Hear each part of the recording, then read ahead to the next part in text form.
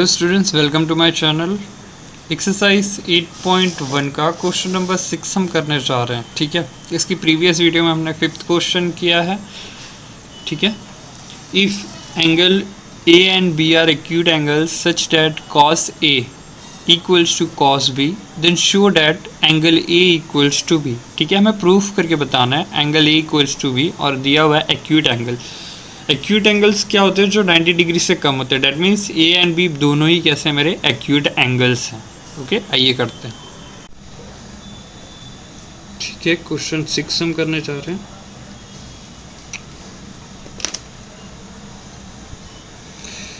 Solution सीधा start कर रहे हैं। ठीक है, उसमें गिवन डेटा में आ ही जाने वाला है। Angle A and angle B are acute angles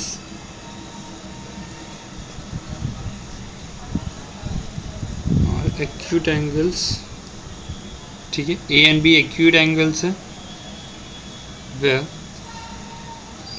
cos A equals to cos B। ठीक है, और टू प्रूफ में क्या है?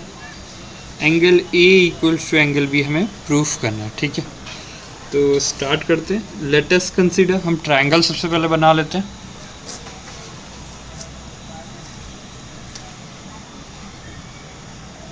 ठीक है, ट्रायंगल बना लेते हैं जैसा कि हमें दिया हुआ है। दो एंगल्स हमारे कैसे एक्यूट एंगल है। राइट एंगल कुछ दिया तो है नहीं, तो अभी नहीं बनाएंगे। ठीक है, अब ये हो गया मेरा ए, ये हो गया मेरा बी, एक्यूट एंगल ही है। ठीक है, और ये हो गया मेरा सी। ठीक है, और बीच में से एक मिड पॉइंट ड्रॉ कर लेंगे। इससे प्रूफ करने में हमारे बहुत हेल्प मिलने वाली। ठीक है, डॉटेड वाला जैसा चाहे वैसा आप बना सकते हैं। डी इस तरीके का कि ये 90 डिग्री वहाँ पे बनाता रहे। ठीक है, अब जैसा कि हमने जो ड्रॉ किया वो लिख लेते हैं। Let us consider a triangle. क्या कंसीडर किया हमने? Triangle in which C D कैसा है मेरा? Perpendiculars to A B. ठीक है, इतना ही चीज हमने किया। ठीक है, let us consider triangle in which C D is perpendiculars to A B, और जो गिवन दिया हुआ है इट इज गिवन दैट हमें प्रूफ क्या करना है? ये वाला एंगल ये वाले एंगल के बराबर हो। ठीक है, तो ऐसा हम तभी प्रूफ कर सकते हैं जब ये वाला ट्रायंगल इस ट्रायंगल के बराबर हम प्रूफ कर दें, तो भी हमारा हो जाएगा। या तो फिर तीनों साइड्स को, जैसे सी डी बी है ये वाली साइड्स, और यहाँ से ए डी सी को हम पूरा एक बराबर कर दें, तो भी हो सकता है। ठीक है, तो यही चीज़ हम करेंगे यहाँ। ठीक है, और AC अगर मैं BC के बराबर प्रूफ कर दूँ तो भी मेरा हो जाएगा। कैसे? आइसोस्केलस ट्रायंगल, आइसोस्केलस के दो ऑपोजिट साइड्स जो कि इक्वल होते तो उनके ये दोनों ऑपोजिट एंगल्स, मतलब जो इनके साथ लगे हुए थे वो भी इक्वल होते। तो वही चीज़ हम करेंगे। It is given that cos A equals to cos B, ये मेरा गिवन डेटा अगेन।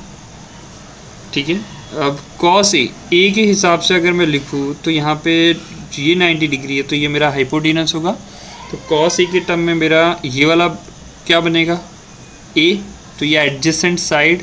ठीक है, एडजेसेंट साइड, और ये मेरी हाइपोटेनस, और ये मेरा परपेंडिकुलर, CD मेरा परपेंडिकुलर बनेगा। और cos B के केस में इसके सामने वाला, दैट मीन्स ये परपेंडिकुलर या अपोजिट साइड आप उसे कह लो तो भी चलेगा, एंड DB मेरा बेस बनेगा, और ये हाइपोटेनस। तो वही चीज़ लिखेंगे cos A। ठीक है, PBP लिखने की ज़रूरत नहीं क्योंकि cos है, तो हमें पता है वहाँ पे क्या आ जाएगा? B अपॉन में H ही आने वाला है। ठीक है, लिख लेते फिर भी PBP अपॉन में HHB, या रफ वर्क में करिए ज़्यादा अच्छा रहेगा।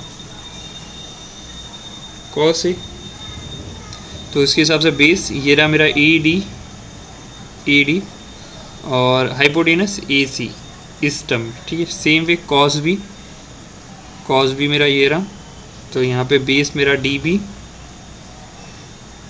DB अपॉन में BC। ठीक है, इसे इस तरीके से भी लिख सकते हैं, ए डी अपॉन में इस डी बी को मैं नीचे ले लूँ, इस डी बी को, ठीक है, equals to A C upon में B C equals to K. क्यों ऐसा किया? देखो रेशियोस में क्या होता है कि आप सपोज करो 1/3 इक्वल्स टू 1/3 है, ठीक है। अगर मैंने इनको आप 1 नहीं 2 ले लो, लेट करो 1 भी रहेगा, कोई फ़र्क नहीं पड़ेगा, बट हाँ जैसे मैंने इसको इधर लिया ना तो ये देखो वैल्यूज़ चेंज नहीं, तो मतलब ये दोनों इक्वल है ना, तो वो रेशियोस इक्वल ही रहते हैं। जैसे 2/2 कर दिया आपने, ये वाले को नीचे ले लिया और 3/3 हो गया, तो ये रेशियोस क्या हो गया, घुमा फिरा के 1, मतलब दोनों रेशियोस चेंज हुए। वही चीज़ मैंने यहाँ पे की, ए डी अपॉन में ए सी था equals to D B upon में बी सी, जो कॉस ए की वैल्यू आ रही थी मैंने उनको क्या कर दिया, इस तरीके से लिख दिया, और उसको क्या मान लिया, लेट ये के की वैल्यू, ठीक है, के इनके बराबर है। तो डबल इम्प्लाइज में ऐसा लिख सकता हूँ, A D equals to B D, D B को मैंने क्या लिख दिया, बी डी इंटू के, ये मेरी इक्वेशन 1, ठीक है। डबल इम्प्लाइज ए सी के लिए मैं लिख सकता हूँ A C equals to B C into K, ये मेरी इक्वेशन 2, ठीक है। आई होप यहाँ तक समझ में आया होगा ये चीज़ें मैंने क्यों की। अब मैं पाइथागोरस थ्योरम यूज़ करूँगा। जैसा कि मेरा फिगर था, जो फिगर था ये वाला, इसमें मैं सी डी की वैल्यू फाइंड करने की ट्राई करूँगा, दोनों ही केस में, इस ट्रायंगल के भी केस में और इस ट्रायंगल के भी केस में सी डी फाइंड करने की ट्राई करूँगा, ठीक है।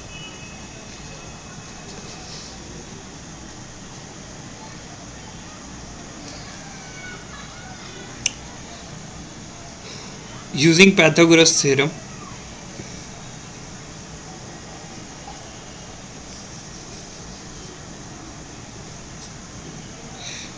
for triangles कौन कौन से, CAD and CBD, we obtain, हम क्या निकालेंगे, CD स्क्वायर या CD की value, CD square equals to, C D किसके बराबर होगा, ए सी स्क्वायर में से माइनस होगा according to figure, A C the whole square minus A D square, ये मेरा थर्ड इक्वेशन। सेम वे उस टर्म के लिए सी डी स्क्वायर निकालेंगे सेकेंड ट्रायंगल के लिए, and C D square equals to, यहाँ पे क्या होगा, B C minus B C the whole square minus B D the whole square, ये इक्वेशन 4 हो गया मेरा, ठीक है, ये इक्वेशन 4 हो गया। अब from equation 3 and 4, from equation 3 and 4, from 3 and 4 we obtained, हम लिख सकते हैं, दोनों में ही सी डी तो एक दूसरे के हम इक्वल ले लेते हैं चीज़ों को, ठीक है।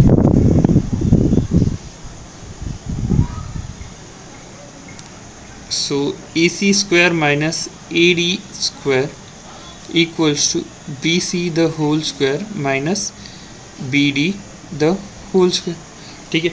अब हम क्या यूज़ करेंगे बताए, इक्वेशन 1 और 2 हमारे में, जो ए सी की जगह मैं क्या लिख सकता हूँ, बी सी के, ठीक है, बी सी इंटू के, और सेम वे ई डी की जगह क्या लिख सकता हूँ, बी डी, ठीक है।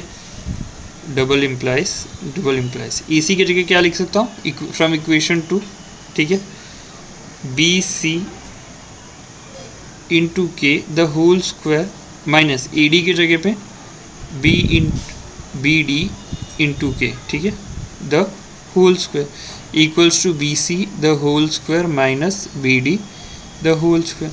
यहाँ से मेरा बी सी स्क्वायर और के स्क्वायर हो गया, माइनस में बी डी स्क्वायर के स्क्वायर हो गया, ठीक है। यहाँ पे आप ब्रैकेट रख लेना, ये बी सी पूरा ही है, यहाँ पे B C whole square minus B D square थाई, ठीक है। यहाँ से अगर के कॉमन लेना चाहो तो मैं ले सकता हूँ के को कॉमन, के कॉमन ले लिया, के स्क्वायर, और अंदर क्या बच गया, B C whole square minus B D whole square, ठीक है। अब देखो दोनों तरफ क्या बच गया, B C square minus B D square, दोनों ही तरफ है, ठीक है, और दोनों के पास ही पॉजिटिव साइन है, तो मैं पूरा कट कर देता हूँ ये चीज़, और के स्क्वायर यहाँ पे ये कट हो गया, तो मुझे क्या मिल जाएगा, के स्क्वायर इक्वल्स टू, जो कि मुझे के की वैल्यू क्या मिल गई, 1, ठीक है। k इक्वल्स टू 1, अगर मैं सब्सटीट्यूट कर दूँ किसमें, इक्वेशन 1 एंड 2 में अगर सब्सटीट्यूट करूँ तो देखो 1 एंड 2 में जैसे ही आप सब्सटीट्यूट करोगे ए सी इक्वल्स टू बी सी के अंदर के, तो मुझे ए सी इक्वल्स टू बी सी मिल जाएगा। ठीक है, ए सी इक्वल्स टू क्या मिल जाएगा, बी सी। अगर ट्रायंगल में आप देखो ए सी अगर बी सी के बराबर आ जाता है, तो जैसे आपको पता है आइसोस्केलस ट्रायंगल में क्या होता है, अगर ये दोनों साइड इक्वल्स है तो ये दोनों एंगल्स भी इक्वल होंगे, है ना। अगर A C equals to B C है तो ये बता सकते हो कि ये एंगल, ये भी angle A equals to angle B भी है। ठीक है, आई होप यहाँ तक क्लियर होगा। वही चीज़ हम स्टेटमेंट में लिखेंगे अभी। ठीक है, के इक्वल्स टू 1 आ गया। Putting this value in equation 2 we obtain AC equals to BC। ठीक है, AC इक्वल्स टू BC हमें मिल गया, तो हम लिख सकते हैं double implies angle A equals to angle B,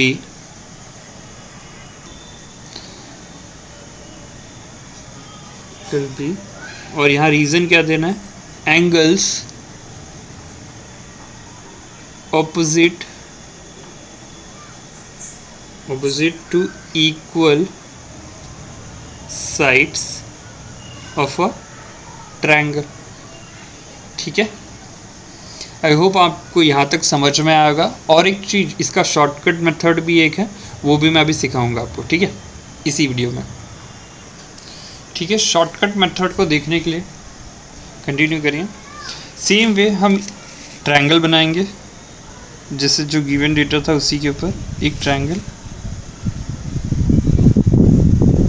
मगर इसमें आप क्या लेंगे पता है, 90 डिग्री वाला एक एंगल ले लेंगे, तो उससे हमारा काम एकदम शॉर्टकट में पड़ जाएगा, ख़त्म हो जाएगा। ठीक है, अब इस एंगल को C मान लेते हैं, क्योंकि यहाँ पे ऑलरेडी बोला है कि A and B acute angles हैं। ठीक है, सबसे पहले A and B acute angle है, ये बोलने का रीज़न क्या है, लेट करो ये 90 डिग्री है, C क्या है 90 डिग्री। आपको पता है एंगल सम प्रॉपर्टी के हिसाब से angle A plus angle B plus angle C equals to 180 degree होगा ट्रायंगल के अंदर, और वहीं पे angle A plus angle B plus 90 degree equals to 180, तो मुझे A एंड B मिल जाएगा। A plus B angle equals to 90 degree. अब देखो A एंड B पे आप कुछ भी अप्लाई करो, यहाँ पे ये एक्यूट एंगल ही रहेंगे। ठीक है, इसको मेन अप्लाई करने का रीज़न यही है।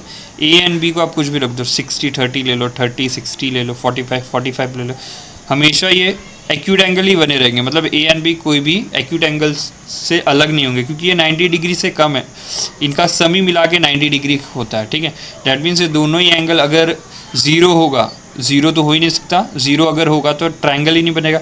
अगर 1 भी होगा तो भी एक्यूट एंगल है, और 1 अगर होगा तो ये 89 होगा, अगेन ये 90 से कम होगा। तो 90 से कम जो भी होता है उसे हम क्या कहते हैं, एक्यूट एंगल कहते हैं। ठीक है, तो दोनों ही केस में ये क्या हो रहा है, एक्यूट एंगल बन ही रहा है। अब जो कि डेटा दिया हुआ था, डेटा के हिसाब से क्या हुआ था, दिया हुआ angle A and angle B are acute angle. ठीक है, एक्यूट एंगल है। ठीक है, और एक चीज़ और गिवन दी है, cos A equals to cos B, ये भी दिया हुआ था। ठीक है, cos A equals to cos B। अब इस केस में जैसे मुझे आपको पता है PBP upon HHB, Pandit Badri Prasad हरिहरी बोले के हिसाब से cos हमारी बीच वाली होती है, तो cos क्या आएगा, B अपॉन में H। ठीक है, तो बट A के टर्म में देख रहे हैं, तो A के टर्म में अगर जब आप देखोगे तो ये ऑपोजिट हो जाएगा आपका। ठीक है, और ये बेस हो जाएगा।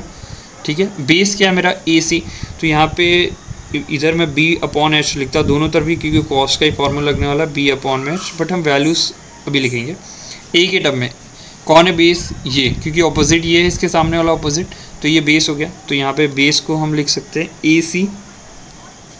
हाइपोटेनस तो हमारा फिक्स है, यही रहने वाला है AB, तो AB लिख देते हैं।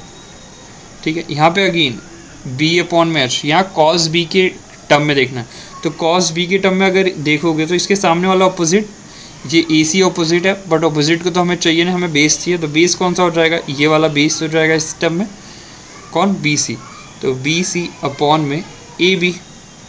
क्लियर, आई होप क्लियर है यहाँ तक।